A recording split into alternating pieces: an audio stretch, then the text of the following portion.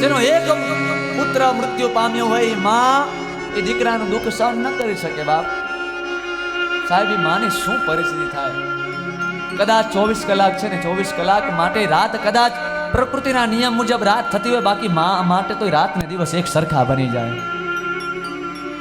રાતના નિંદર ના આવે, માને ભણકારા વાગે, સૂતી હોય ખાટલાની ઉપર, માં જાગૃત થઈ જાય, મારો દીકરો આવ્યો.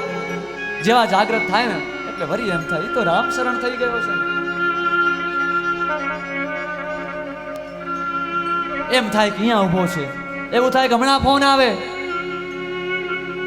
એમ થાય કે હમણાં બોલાવે, કોઈક એના જેવો અવાજ સાંભળે એટલે દીકરાની તરત યાદ આવી જાય. માતા ને પિતાની એક જ ઈચ્છા હોય છે, દીકરાને જ્યારે જન્મ આપે ને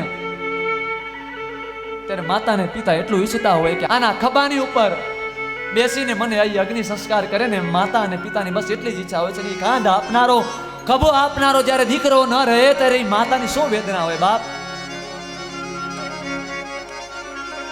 દ્રૌપદીજીના 5 દીકરાઓને એક સાથે મૃત્યુ થયું, એની શું વેદના હશે?